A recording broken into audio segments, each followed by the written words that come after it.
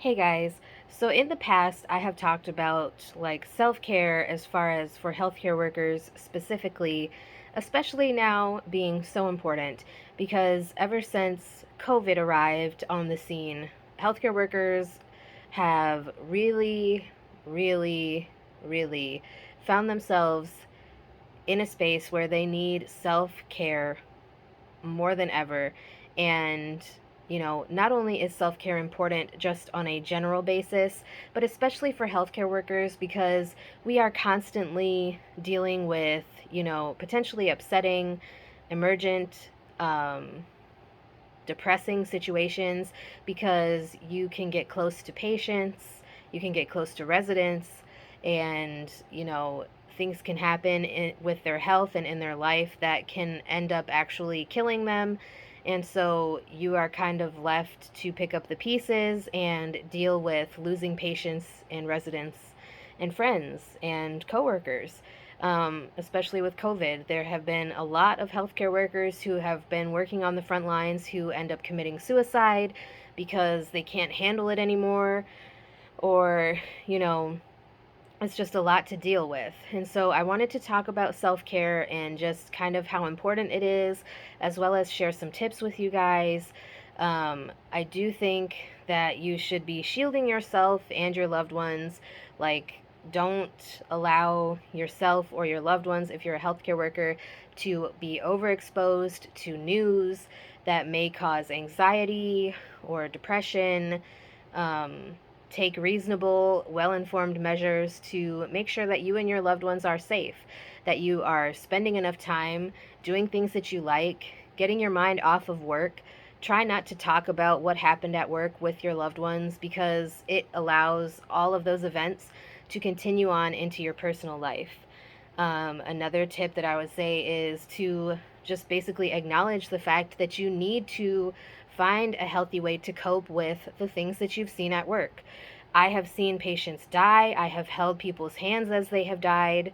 Um, it's very hard.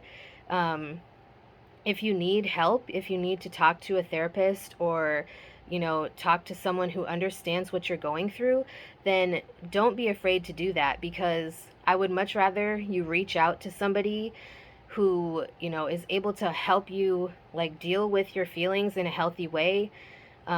Just make sure that you are not being in denial because, it is a legitimate need to talk to people.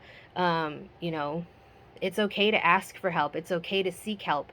Nobody is perfect. You're not, superhuman. You have emotions and feelings just like everybody else. And sometimes death and tragic situations and seeing that on a consistent basis is hard. And, also, if you are someone who's in denial, don't let that denial become a burden to the people around you. Um, Not necessarily that you are a burden, but the fact that you're in denial and unwilling to go get help. Like, if you have a family member or a friend or a coworker who recognizes the signs that you need to talk to somebody, maybe you should just acknowledge the fact that you probably do need to talk to somebody. Um, be mindful of the ways that you like compensate for the fact that a lot of things are out of your control.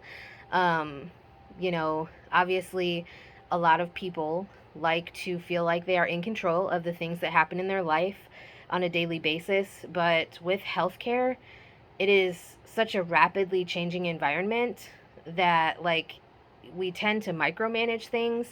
You can which can lead to like kind of flipping out on the people that are close to you, angry outbursts and things like that. And, you may even blame other people for the way that you feel, and they have absolutely nothing to do with, you know, the situation or anything that happened to cause you to feel that way. But you have to realize that, you are not in control of everything that is around you. So you have to accept that. And I think the serenity prayer is a good example of the fact that nobody is in control of everything. And for those of you who don't know what the serenity prayer is, it is God grant me the serenity to accept the things I cannot change, the courage to change the things I can, and the wisdom to know the difference. A lot of recovery programs, such as AA, NA, etc., use the Serenity Prayer. Um, I learned about the Serenity Prayer years ago when I was first diagnosed with PTSD and talking to a therapist. She told me about it, and it has helped me through a lot of things. I think as far as like anxiety and depression, it will help if you try to stay oriented to the present moment instead of thinking about like what happened in the past or worrying about what could happen in the future. Just stay in the present moment and be thankful for the things that you have in the present moment. Don't carry over the burdens of what happened to you yesterday at work come into today at work or today in your personal life. Make sure that you are eating healthy, regular meals. Obviously, you may not always be able to do that. Let yourself um, be treated to some meal that you really like, even if it's not healthy. Exercise regularly, spend time outside, meditate if that's something you're into. Make sure you're getting enough sleep. And as you're getting closer to bedtime, don't do a lot of like strenuous mental activities or physical activities. Um, I would say if you find yourself in a moment of acute distress or like in a situation where something is really, really getting to you, distract yourself.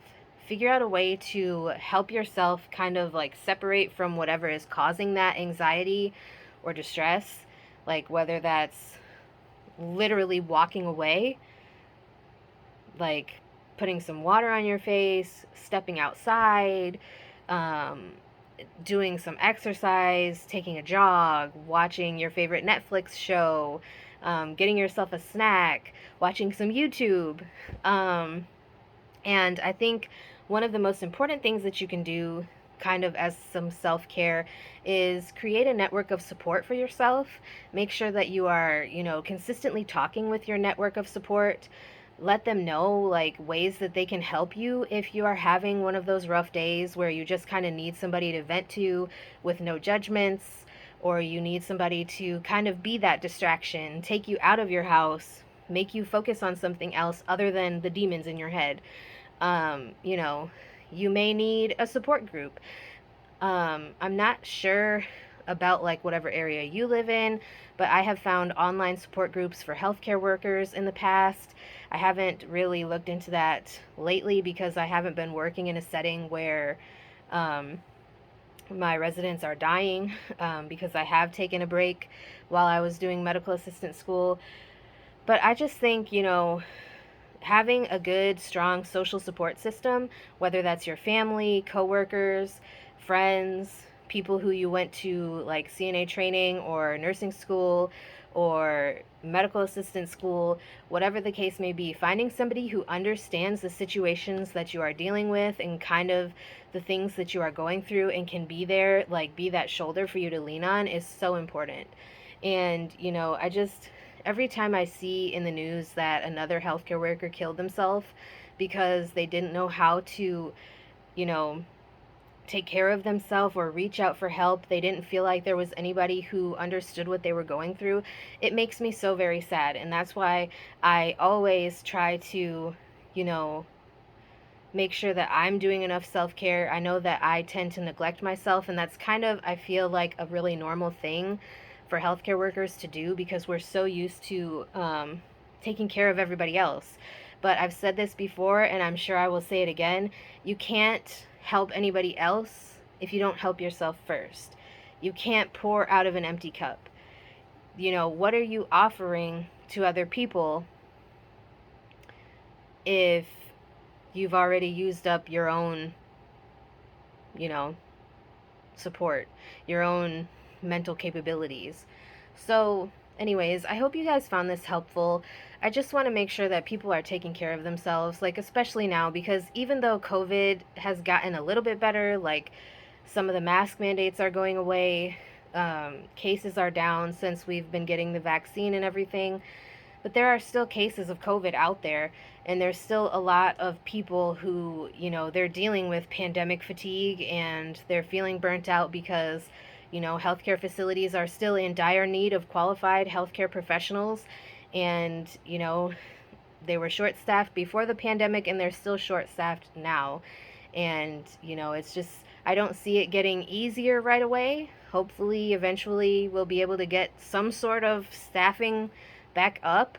But until then, please make sure that you're taking care of yourself. I'm always here to talk if you need a shoulder to lean on. Um, Obviously, it's a little bit hard to get support from somebody on YouTube.